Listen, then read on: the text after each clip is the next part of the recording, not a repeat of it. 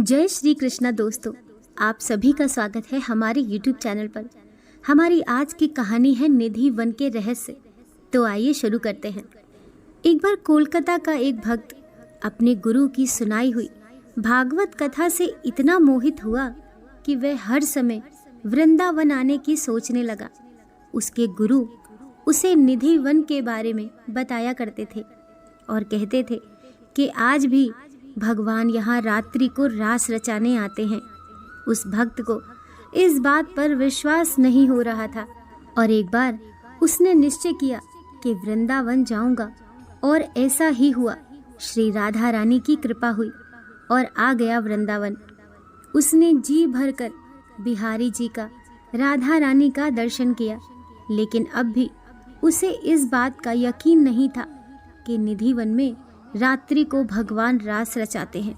उसने सोचा कि एक दिन निधि वन रुक कर देखता हूँ।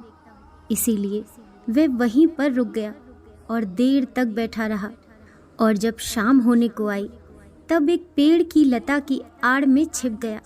जब शाम के वक्त वहाँ के पुजारी निधि वन को खाली करवाने लगे तो उनकी नज़र उस भक्त पर पड़ गई और उसे वहाँ से जाने को कहा।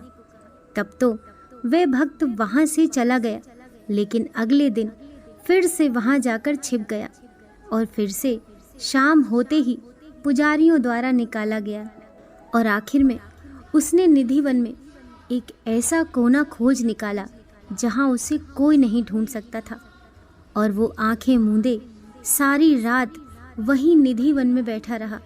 और अगले दिन जब सेविकाएं निधि वन में साफ सफाई करने आईं तो पाया कि एक व्यक्ति बेसुध पड़ा हुआ है और उसके मुंह से झाग निकल रहा है।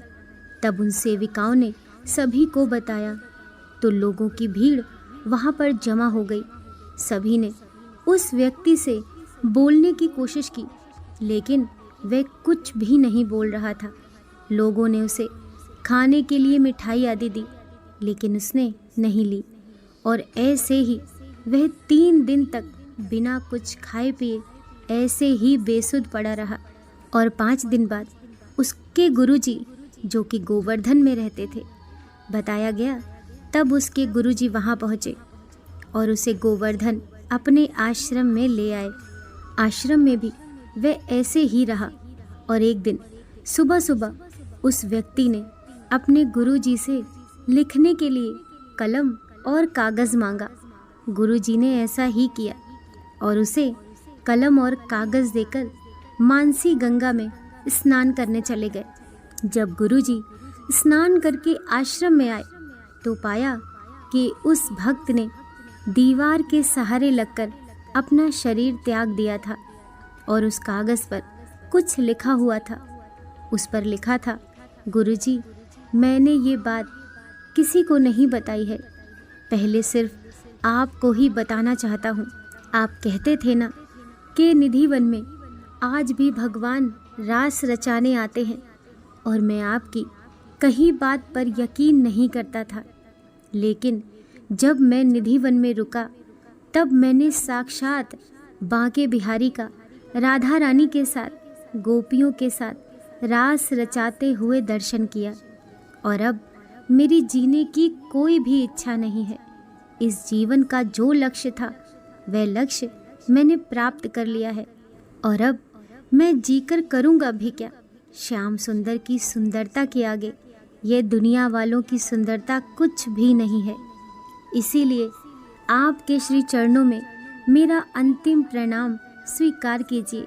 वह पत्र जो उस भक्त ने अपने गुरु के लिए लिखा था आज भी मथुरा के सरकारी संग्रहालय में रखा हुआ है और बंगाली भाषा में लिखा हुआ है। कहा जाता है, निधि वन की सारी लताएं गोपियां हैं जो एक दूसरे की बाहों में बाहें डाले खड़ी हैं। जब रात में निधि वन में राधा रानी जी बिहारी जी के साथ रास लीला करते हैं तो वहाँ की लताएं गोपियां बन जाती हैं और फिर रास लीला आरंभ होती है। इस रास लीला को कोई नहीं देख सकता। दिन भर में हजारों बंदर, पक्षी, जीव जंतु निधि वन में रहते हैं। पर जैसे ही शाम होती है, सब जीव जंतु बंदर अपने आप निधि वन से बाहर चले जाते हैं। एक परिंदा भी वहाँ पर नहीं रुकता। यहाँ तक कि ज़मीन के अंदर के जीव, चींटी आदि भी ज़मीन के अंदर चले जाते हैं। रासलीला को कोई नहीं देख सकता, क्योंकि रासलीला इस अलौकिक जगत की लीला नहीं है। रास तो अलौकिक जगत की परम दिव्य लीला है। कोई साधारण व्यक्ति या जीव अपनी आँखों से देख ही नहीं सकता। जो बड़े बड़े संत हैं, उन्हें निधि वन से राधा रानी जी और गोपियों के नूपुर की ध्वनि सुनी है। जब रास करते करते राधा रानी जी थक जाती हैं, तो बिहारी जी उनके चरण दबाते हैं और रात्रि में शयन करते हैं। आज भी निधि वन में शयन कक्ष है, जहाँ पुजारी जी जल का पात्र, पान, फूल और प्रसाद रखते हैं, और जब सुबह पट खुलते हैं तो जल पिया हुआ मिलता है, पान चबाया हुआ मिलता है और फूल बिखरे हुए मिलते हैं। वृंदावन धाम या बरसाना कोई घूमने फिरने या पिकनिक मनाने की जगह नहीं है। यह आपके इष्ट की जन्मभूमि, लीला भूमि व तपोभूमि है। सबसे ख़ास बात, यह प्रेम भूमि है। जब भी जाओ, इसको तपोभूमि समझकर मानसिक व शारीरिक तप किया करो। शरीर से सेवा व भाव से राधा नाम गाया जाए, तब ही धाम में आना सार्थक है। एक अद्भुत मस्ती, ताकत व आनंद लेकर वापस जाया करो।